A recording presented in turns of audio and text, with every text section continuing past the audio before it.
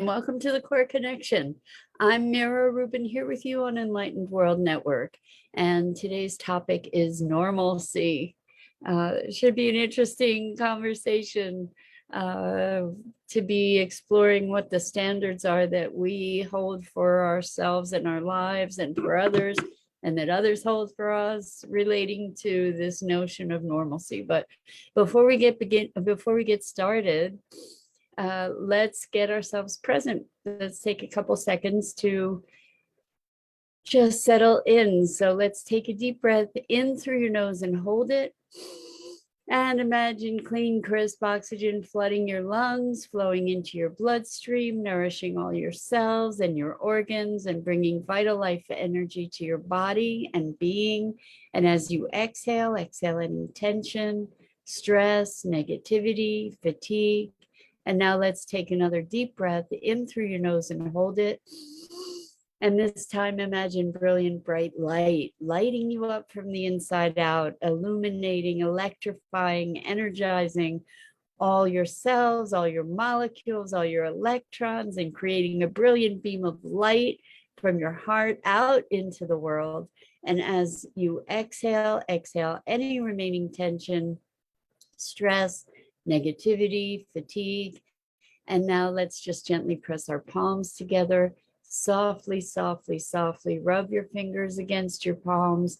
Feel the deliciousness of that sensation, the tickling, the tingling, and allow those sensations to bring you present to your body right here, right now, to this remarkable physical form that enables you to experience life. Welcome, welcome, welcome. Good morning. Good morning, Rosalind. So good to have you here with us this morning. Welcome to everybody else who's joining us. We're talking about normalcy today. And, I remember a time when I don't know how old I was, but growing up, and my brother just screamed at me, "Why can't you just be normal?" And throughout my life, I've had people tell me I'm weird, I'm crazy, I'm all kinds of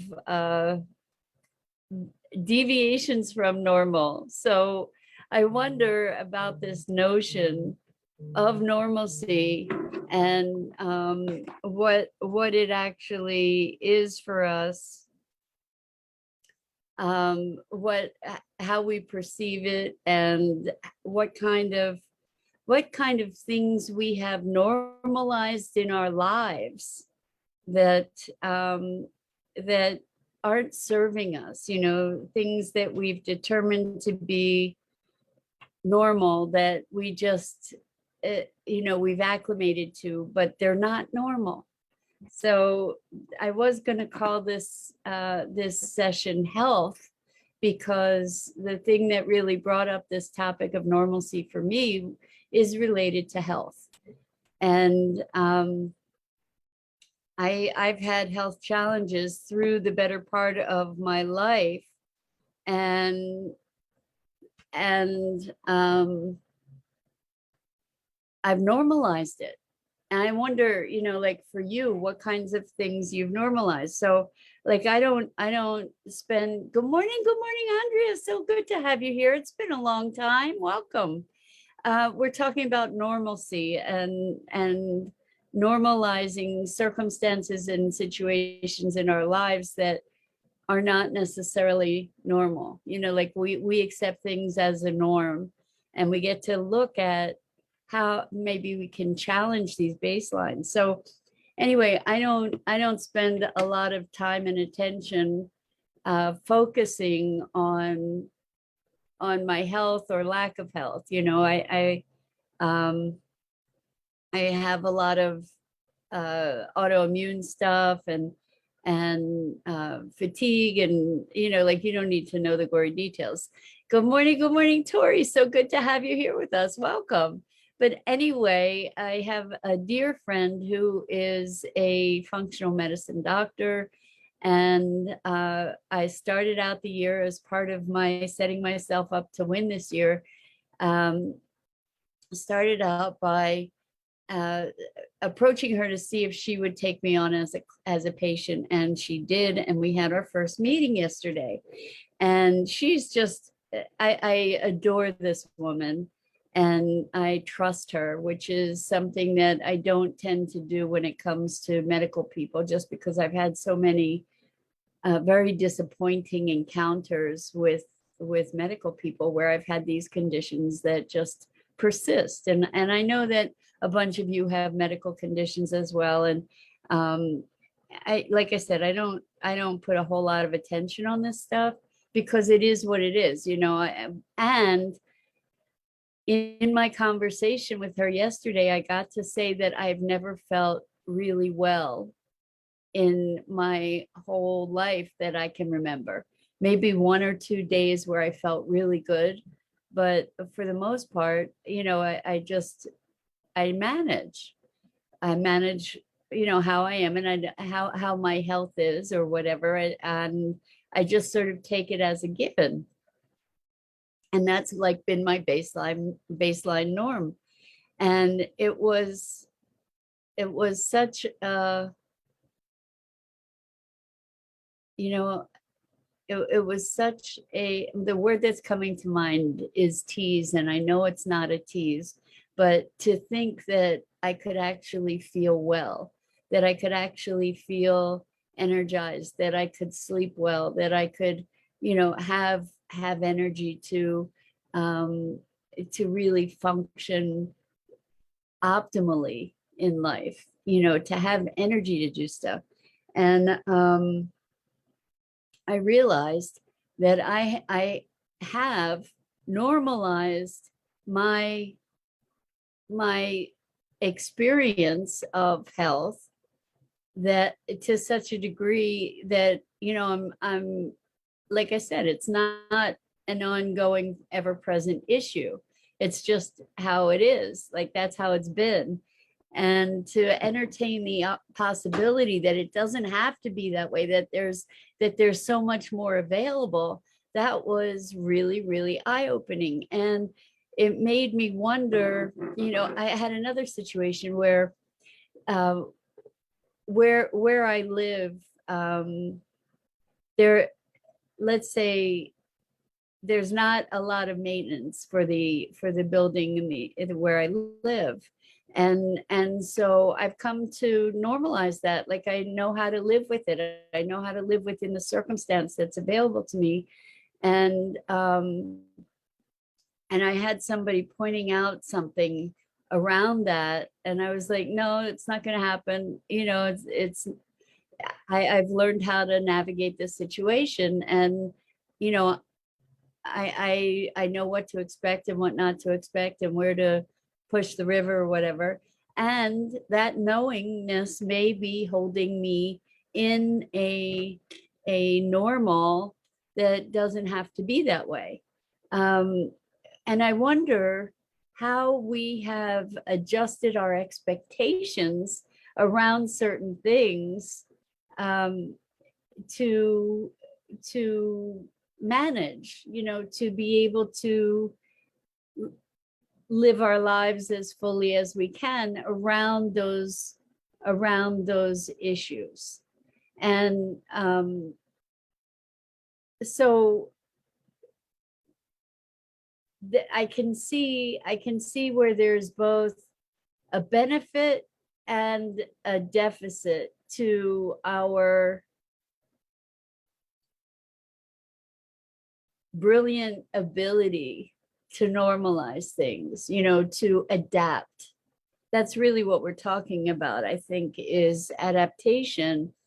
You know, we can adapt to circumstances. So this is actually a really good example.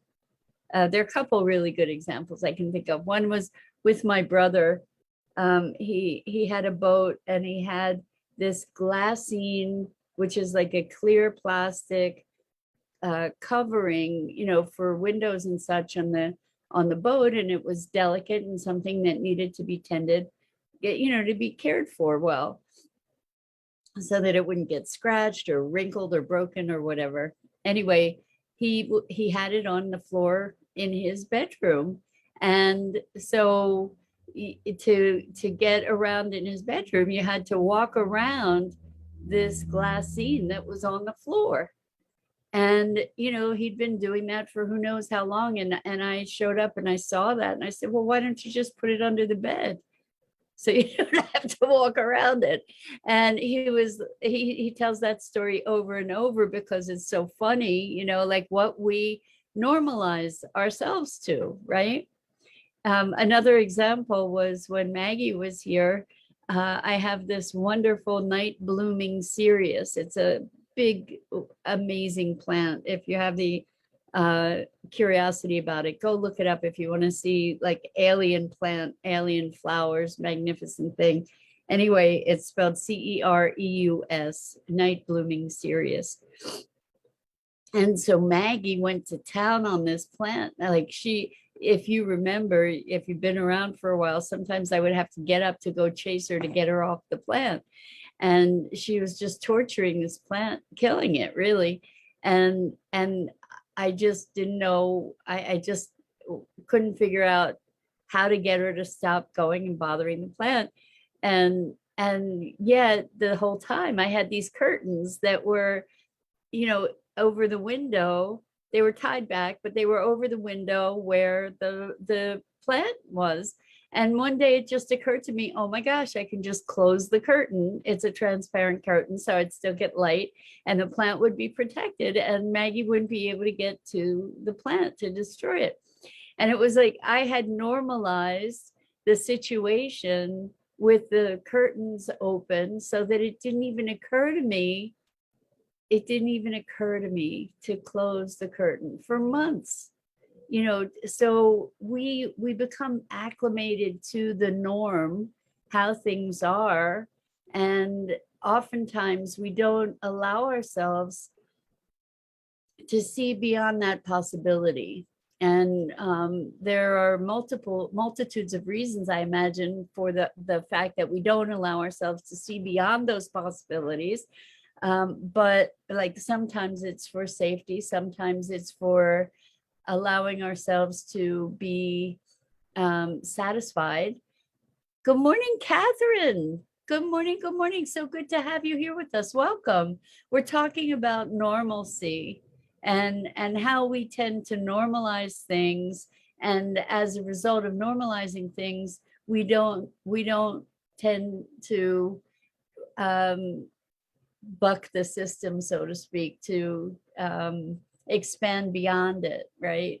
To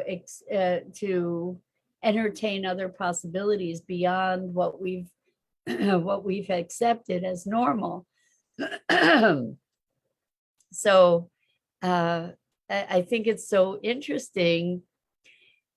Rosalind says, I could do without daylight savings. I wish the time didn't have to fall back and move forward. So is that a norm that you have acclimated yourself to, that that you think would be better otherwise? I don't know about daylight savings. For me, waking up in the dark, with the days getting shorter, and waking up in the dark, I don't know. I think the reason they established daylight savings originally was so that people would be driving in daylight more. It might be more, it would be safer. I don't know. But that's a norm that we have come to accept. There are so many things that we have come to accept in our governance. You're kind of bringing that idea up in a way, Rosalind, because these are decisions that are kind of imposed upon us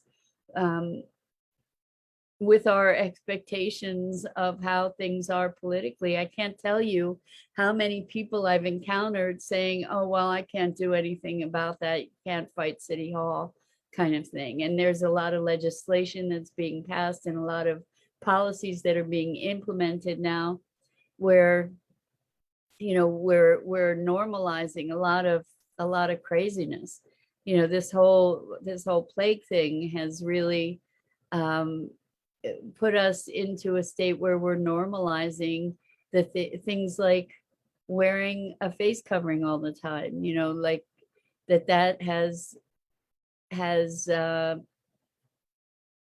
has become a new social norm in many circumstances, where we're getting used to the idea of showing some kind of uh, card in order to gain access to different places. Like, we've normalized so many things. We just like go along to get along, kind of thing. And I hadn't even thought about that, but amazing that glaring reality didn't come to play in this conversation initially. But I mean, that's pretty radical, what we've normalized. And I think,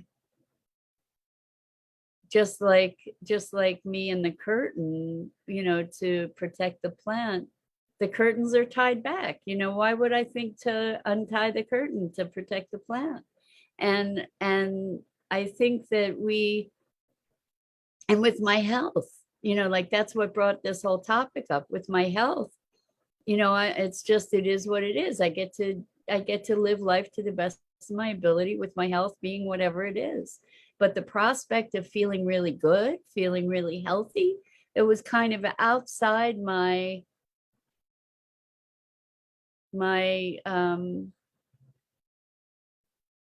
experience and expectation, right? Like, I kind of resigned myself, right? Normalized my situation, like that's my baseline. And that's just how it is. And I get to function with that in the best way that I can. And so, it's in a way, in this particular situation for me, it's a little bit about entertaining the prospect of feeling really well and energetic, and being able to sleep well and feel rested and all of that. It's kind of outside.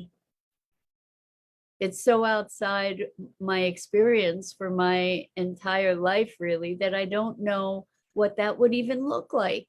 And so it's exciting, and it's almost unfathomable.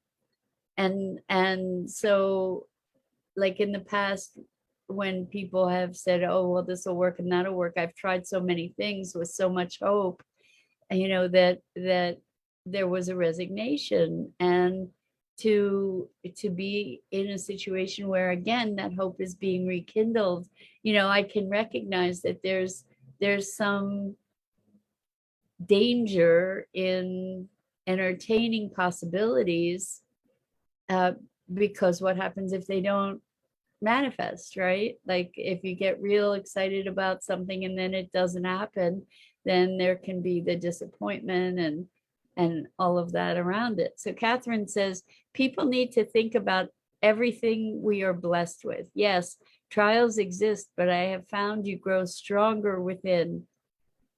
And I agree, Catherine, 100%. I believe that our challenges are there to support us in our growth. And I do believe that around life. And that's why, like, in my situation, I don't put a lot of attention on all this stuff around health, because it's just what it is. And interestingly, to me, there's so much more available. And it may be that up until now I wasn't willing or able um, to go down that road. I didn't have somebody that I trusted to go down that road with, to go through the healing process. I didn't have anybody that I felt confident in to be able to take me down that road. So I can say that there was a bit of resignation around it. So without dwelling in it, like, kind of accept and move on, that it is how it is. So Rosalind says, are we talking about the emotions around normalcy in the context of emotions? Perhaps there is a contentment when things feel normal. That's a great point, Rosalind. It's like, I think you nailed it, actually, because when we accept, again, we go back to the serenity prayer. It's coming up a lot lately, but it's, how does it go? God grant me the serenity to accept those things I cannot change, courage to change the things I can, and wisdom to know the difference.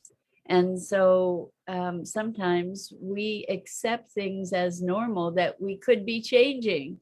And it takes courage to do that, right? It takes courage to navigate our desires and the possibility that those desires may remain unfulfilled. It takes courage to disrupt ourselves from that emotional space of acceptance, because what are we doing? We're creating disquiet, we're creating disruption.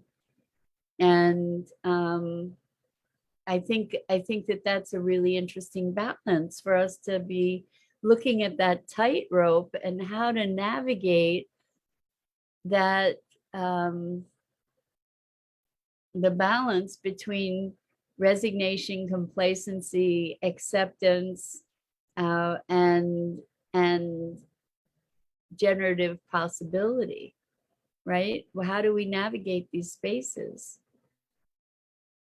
For me, if I were, I mean, I have such a collection of supplements and things that I have tried over time to try and feel better, and I don't focus on that all the time, but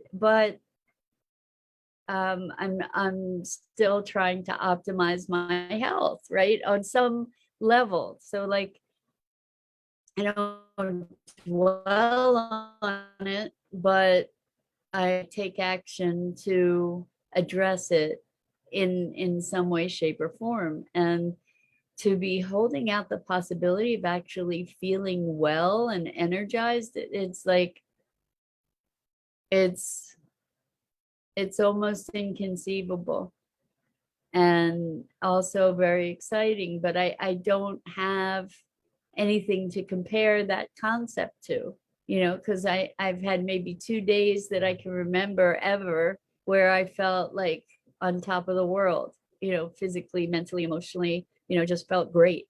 And I can't, to have that as a new baseline, wow, that would be, like I said, it's almost unfathomable to me. And I wonder, like, some of the other things that we've accepted as normal, we've accepted lack of communication in relationships as normal. We've accepted the elephant in the middle of the room that everybody tiptoes around and walks around. We've accepted that as normal, rather than addressing things. Why? Because when you address things, what you risk disruption, or you are, by very nature of things, disrupting that consensus reality. It may even just be you that's conceding to it, but a consensus reality where we're all agreeing that that's how it is, and therefore we don't rock the boat, right? That's normalcy. It's the norm to be not saying what we think, not expressing our authentic selves, not engaging in a level of connection that is real and heartfelt, not exposing ourselves. There's so many things that we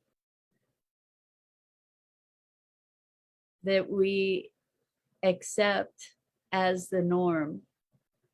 And I understand it, to your point, Rosalind, that there's a level of comfort and predictability and maybe control or illusion of control, because we think we know how things are, and we learn how to navigate that. We've adopted behaviors and adapted ourselves to navigate certain circumstances, right?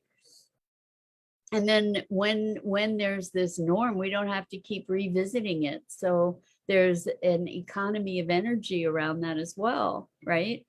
because I don't have to keep rethinking and revisiting and putting energy in that direction. I can go on to the next thing. Catherine, you're so kind. Catherine says, I understand. You soothe my soul. God bless you. Thank you, Catherine. That's very, very kind. But these are things that are worth thinking about, right? It's like, what norms are we accepting in our lives that are not normal, that are not even okay, that we can, things that we can shift and change and grow with, things that we can transform, perspectives that we can shift, that open up greater possibility and freedom for us. So I had another conversation. We're almost at the half hour here, but I had another conversation with someone the other day, and it was awesome, talking about people who have committed to a certain, in this particular conversation, it was about people who have committed themselves in their business to sustainability, and the actions that they needed to take, not the least of which was a commitment to personal growth and personal exploration and evolution. Consciousness is a foundational part of sustainability. And how people were like, no, no, no, no, no. I didn't bargain for that. I want to do this, that, and the other thing, and that's about as far as I want to go. And so we were having this conversation about the courage that it takes to be willing to disrupt the norm, to be able to challenge the norm. And it can be exhausting to be doing that if it's a full-time job. It's like, there's a point at which you get to live with it. There are certain assumptions that allow us to direct our energy elsewhere and put our focus in areas that are going to be more productive, right? Or more effective. But I invite you to look at the things that you have normalized that maybe need to be challenged, that maybe deserve to be questioned, and to look at what kind of potential and possibility might be available to you in making those challenges. The is what it is kind of conversation is not always what it is. It is what it is, and it doesn't necessarily have to be that way. And I think we get to give ourselves license to break out of those boxes and those confines, to be exploring possibility. Oh, thank you, Andrea, so much. Andrea says, thank you, Mira, always enlightening. Blessings to you, and to you as well, to all of you who are listening, and so much gratitude and appreciation to you for your time, your engagement, your attention, and for building this community where we can connect with each other and explore ways to grow into the possibility and the potential that we are. And let's realize that potential. Let's expand into our possibilities. So Dido says, thank you. Thought-provoking as ever. Thank you, Dido. So much love to you guys. I'm Mira Rubin. This is The Core Connection, and I go live each weekday morning here on the Enlightened World Network Facebook page at 9 a.m. Eastern. And please check out the other awesome programming on Enlightened World Network, on the EWN One with the Earth, Enlightened World Living, and of course, the Enlightened World Network Facebook page and the YouTube channels. So there's so much, and we so appreciate your engagement in this community, and so much love to you guys. Until next time.